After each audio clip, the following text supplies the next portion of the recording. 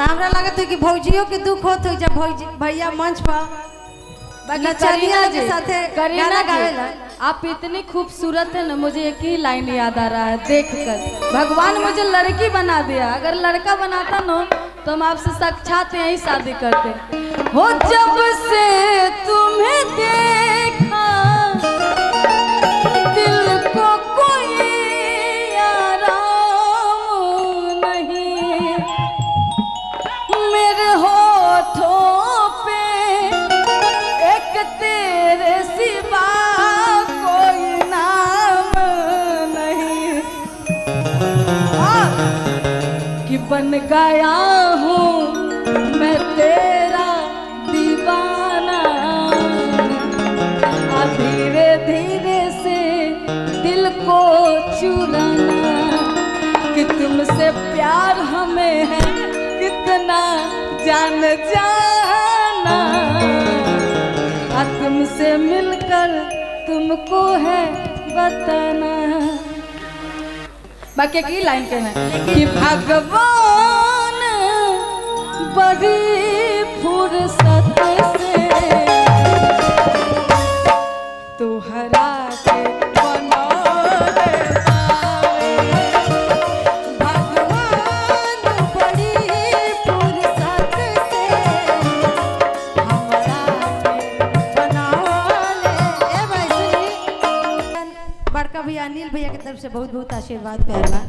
लेकिन हम जौन कहत रही भौजी कहिया सब कोई तो ही गा देवेला कि भाई हमार मेरा ताकेला तो हमरा खराब लगेला, लेकिन केहू के अगर मर्दा पर केहू ताकेला तो ओकरो तो खराब लगेला।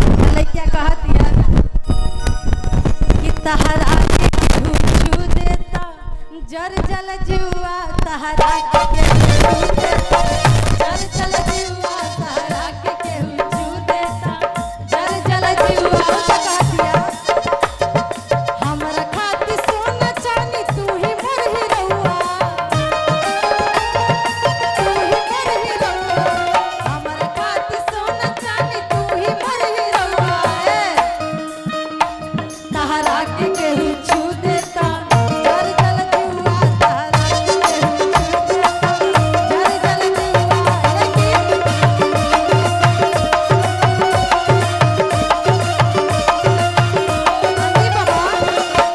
लेकिन एमे हम दोसरा के दोष नहीं दे सकत, जब अपने सिक्का खोटा हो गए तो लोग के कह के का फायदा। तुमको अनिल भैया, कलेंदर भैया, तहरा पर हमरो मन करता है कि भाई के हम हूँ एक लाइन गाइन हूँ। अरे जकरे से लोभ कइलू ओकरे से परेशानी बा, जकरे से लोभ कइलू ओकरे से परेशानी बा, ए सनमई करम तहरा लागे खानदानी बा, ए सनमई करम तहरा लागे खानदानी बा, तहरा पके हुक्का कलर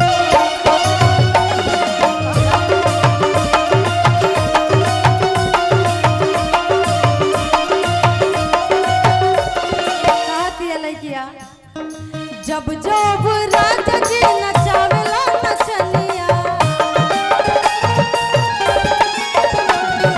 जब जब राजा जी नचावेला नचनिया,